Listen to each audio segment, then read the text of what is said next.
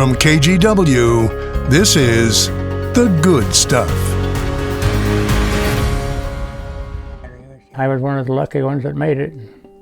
I don't think I'm a good enough guy to really be worthy of it, but I'm thankful. Tonight on The Good Stuff, over 80 years ago, American soldiers went to battle in the Pacific. This Memorial Day weekend, we heard from one sailor who spent years on a ship during World War II.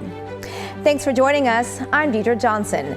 That veteran joined the war as a teenager. Ashley Grams has more on his courageous story. These pages tell the story of a sailor. Yeah, I remember. Who fought for American freedom in the South Pacific during World War II. That's me, and that's Avy Hoffman.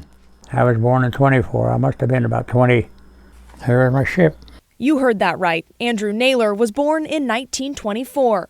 This May, he celebrated his 100th birthday. I've been very blessed. I've been very blessed. Was suddenly and deliberately attacked. Naylor was only 17 years old when Japan attacked Pearl Harbor. They sunk our battleships, gunned down all our planes, killed a bunch of our people, and we were ready to go over there and get even. He enlisted in Klamath Falls, Oregon, and so did his father. My son's in, and I want to back him up, and he stayed in the Army. At 42 years old, his dad joined the Army. Young Naylor was first sent to the USS Kitty Hawk, a cargo ship, before transferring to a destroyer less than a year later. We had five 38-inch guns. He spent the next 3 years on this ship, the USS Heermann. Naylor was a machinist mate first class. I survived it. A lot of my shipmates didn't. Including his best friend. Naylor says a piece of shrapnel killed him. It went right clear through him, killed him right on the spot. And there were 7 other guys who were killed at the same way on my ship. He was almost at every major conflict they had in the South Pacific. Mark began researching his father's naval career in the Battle of Leyte Gulf about a decade ago, learning just how hard he fought. Can you imagine at the age of 17 being on a warship, fighting for your life and for your country, and doing it with purpose? For nearly 4 years, Naylor was in the heat of battle, fighting for the country he loved and the sailors by his side. I was one of the lucky ones that made it. I don't think I'm a good enough guy to really be worthy of it, but I'm thankful.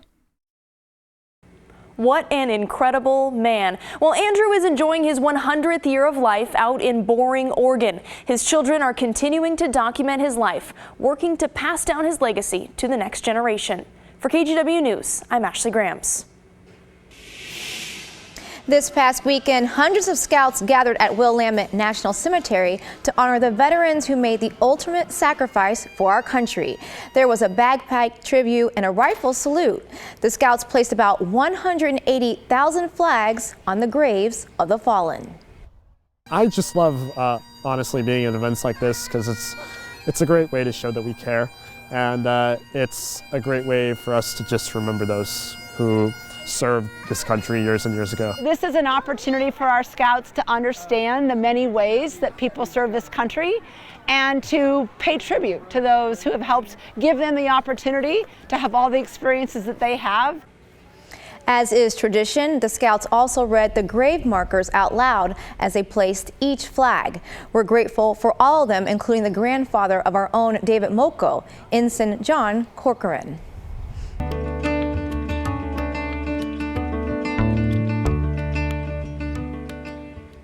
It's time again for us to get out there. We head to a well-known escape next door to the busy streets of Portland. It's the Wildwood Trail. It's 30 miles long and there are many places to enjoy nature. John Goodwin shows us more. It's sort of like a, what do you call it on the computer? A reboot. It's a reboot for me, it really is. Tucked away in Portland's Forest Park is the Wildwood Trail, known and used by many. We log on at the Newberry Road Trailhead in Northwest Portland. Get here early if you want to park, unplug here if you want to recharge.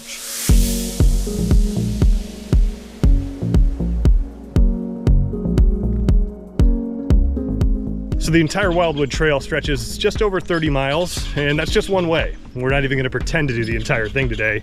And if that's not your thing either, there are plenty of sights to see between here and Washington Park. And we've taken you to some of them before on Let's Get Out There, from the Bird Alliance of Oregon to the Witch's Castle. It's the longest soft surface trail within city limits in the country. Lynn Neely of North Portland comes here quite a bit. Every day. Pretty much every day. And the creek, the sound of the creek, it's cool. You know, it's just a nice environment.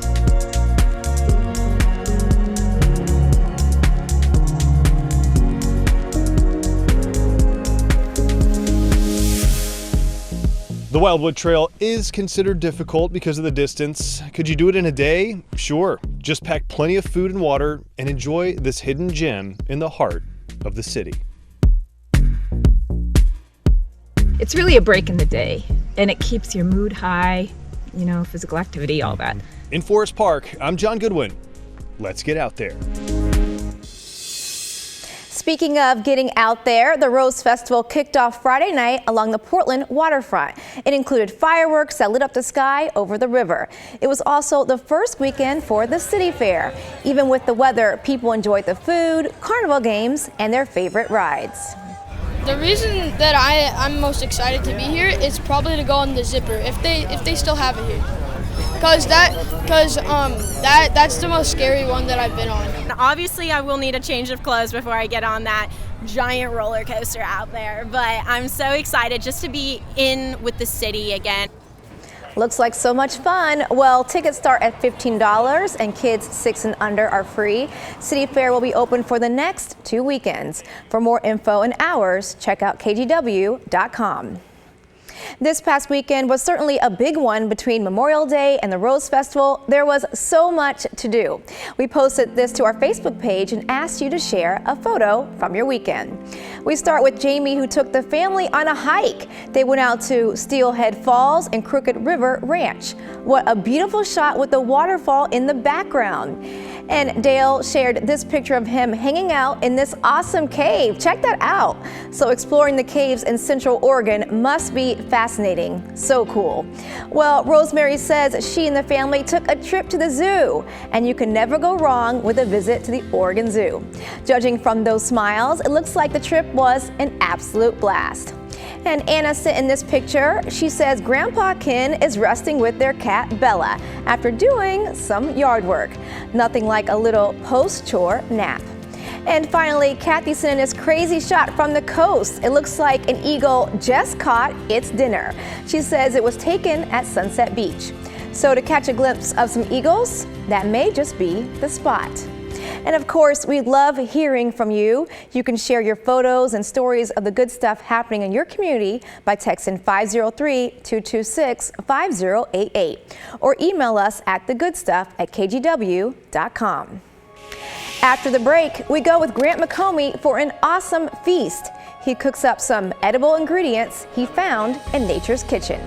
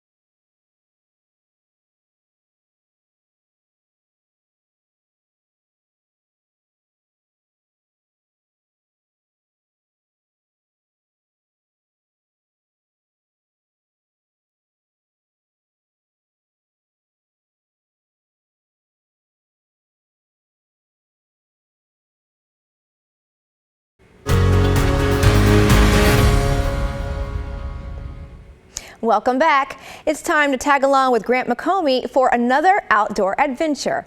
Last week he got some wonderful seafood from Nature's Kitchen in Tillamook Bay. Now it's time to cook it all up into a wild feast.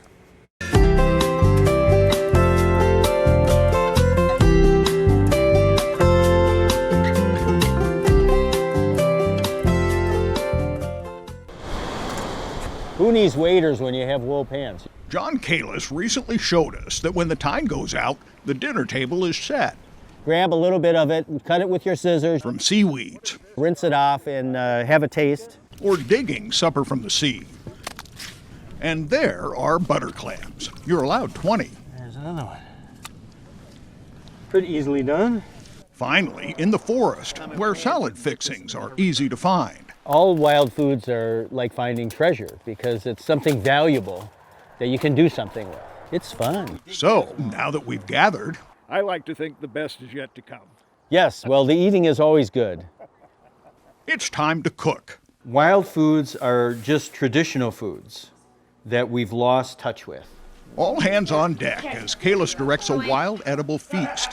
Items are sorted, cleaned, and chopped. The seaweed salad. And a forest green salad. Big leaf maple flowers. Over there's a chopped clam stir fry.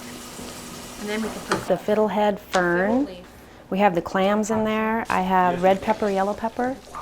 And we put nettles, stinging nettles are in there. Totally harmless once they're cooked.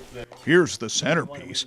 Clam chowder with onions, potatoes, fiddlehead ferns, and a bowl full of butter clams. When you open the shell, that shell is filled with clam. There's no wasted space in there. So when you get a big clam, you know you're getting a huge amount of food. Kalis calls many wild ingredients forgotten foods, plants that have been largely lost to time. Native Americans gathered all year long. They would process, store most of it. And all year long, they would be eating from the diversity of the food storage. And that's how they got a complete diet. Judging from the results, this diet is a hit with the crowd. Very good. The clam chowder turned out good. I can't remember how. I love the seaweed salad with the sesame ginger dressing. That was delicious.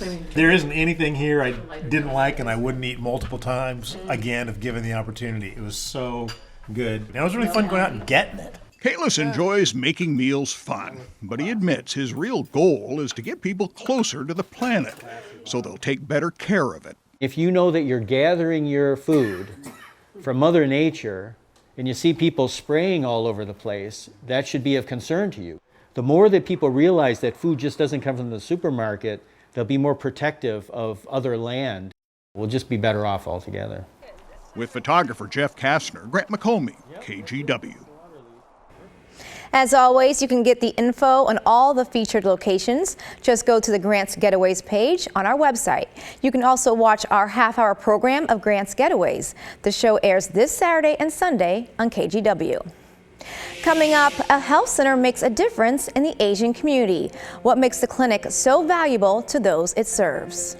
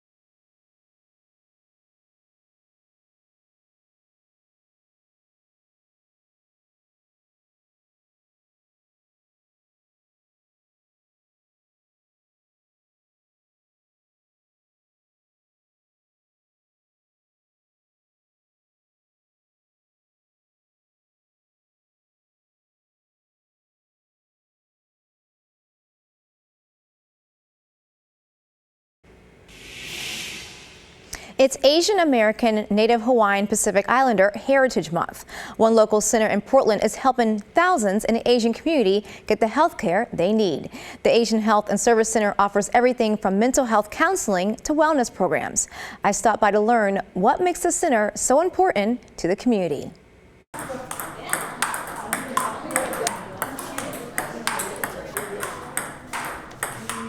Kui Suk Chong couldn't be happier playing table tennis with her friends. volunteer 할 수 있는 것도 즐겁고. I'm thankful for the chance that I can volunteer here for this center. And play 핑퐁을 하는 것도 I can 너무 also 고맙고. play. I'm just so thankful. She's been coming to the Asian Health and Service Center for over a decade. 행복한 삶을 꾸릴 수 있었어. It's a very good to have at the center that lots of Asian people can come and be healthy. The center first started in 1983. Its purpose, to reduce health inequity and improve the health care quality of all Asians. We're using what they call the cultural-specific, linguistic-specific services to engage people in the community, be more aware of what are the resources related to health care that they can access. The Asian Health and Service Center helps break down some of the barriers to health care. The people that I help is a group of people with no voice. Why I say that? They can talk, of course, but they have the language barrier. They have the cultural barrier. They don't understand. It offers health and wellness services, a cancer resource center, and mental health services. Mental health is part of our health. If we don't feel well physically, we do not do well, vice versa. And so we need to take care of health of an individual. It should be both physical and mental health together. Mental health is a topic doctors say wasn't talked about until recently. They say it's especially important for people in the Asian community to know it's okay to get help. In the traditional conservative culture, society back home, mental illness is being viewed as a taboo. You keep it in the family and you do not want to let other people know about it. Besides taking care of healthcare needs, the center offers a sense of community. I wish they can tell more people can come because they learn a lot of things that we couldn't learn if we just stay home. And takes pride helping those in the Asian community that would be lost without the services they provide. Somebody need to talk for them, advocate for them. And I just feel like Asian Health and Service Center in this process is be so proud that we can help them in this journey. Deidre Johnson, KGW News. Such an amazing center. Well, the Asian Health and Service Center serves about 60,000 people in the Portland metro area. Part of their mission is to be the bridge between Asian and American cultures. Well, a local athlete hopes to make history at the Olympics. More on his incredible journey after the break. But first, let's take you to the coast with our Cannon Beach Sky Cam. The clouds look very pretty with the sun behind them. We'll be right back.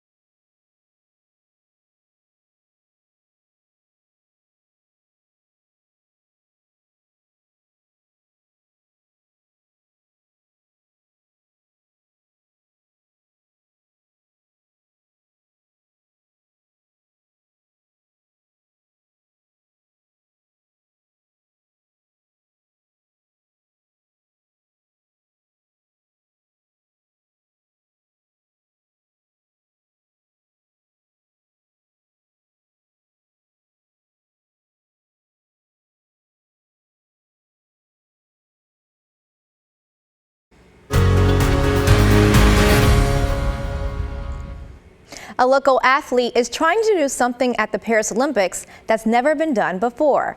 Ryan Krauser is competing to win a third consecutive gold medal in the shot put. If he gets it done, he'll make Olympic history. The homegrown Ryan Krauser. He knew it immediately! It almost went out of the sector! What? I am Ryan Krauser. I throw the shot put, and I'm originally from Boring, Oregon. 76 feet, 8 1/4 inches. World record by Ryan Krauser, the kid from Boring, Oregon, not boring any longer. A lot of people think I'm just using it as an adjective, saying that Oregon is boring. It was a great place to grow up. I love my time there. Were you a big kid growing up? I was tall and skinny. When I graduated high school, I was 6'7", 220 at my heaviest, I would say. So I didn't fill out really until my later years of college. My best squat is 725, back squat. I really like front squat as well. I've hit a 550 front squat. I'm not outstandingly strong by any means. I think the mental side for me is definitely my strongest attribute. I'm actually relatively on the weaker side compared to the strong guys. Let's see what he can do to close out the day. Ryan Krauser. Oh, man. And the family celebrating at home in Oregon. The two-time Olympic gold medalist. The thing that surprises you the most when you actually get the medal is that it's heavy. And this thing, it weighs a chunk. It's over a pound. And so they put that on your neck and it's like, whoa, that weighs a lot more than you're expecting. The weight of the gold is always the #1 thing that surprises you on the podium. Finally tonight, the flowers at Shriners Iris Gardens are in full bloom. In Salem, they've been growing iris flowers since 1925. Every May, they open up their display gardens to the public. There are 10 acres of beautiful flowers for everyone to enjoy. As soon as I came in, it's just like, whoa. I mean, and each iris has a unique fragrance. So many colors. It's like something out of a fairy tale. So amazing. Well, while you're there, you can buy potted plants and cut flowers too. It's open until the end of May. Well, that's all the time we have, but thanks for taking a little time for the good stuff. We leave you with this beautiful view from our sky cam in the Dalles. We wish you all a wonderful evening.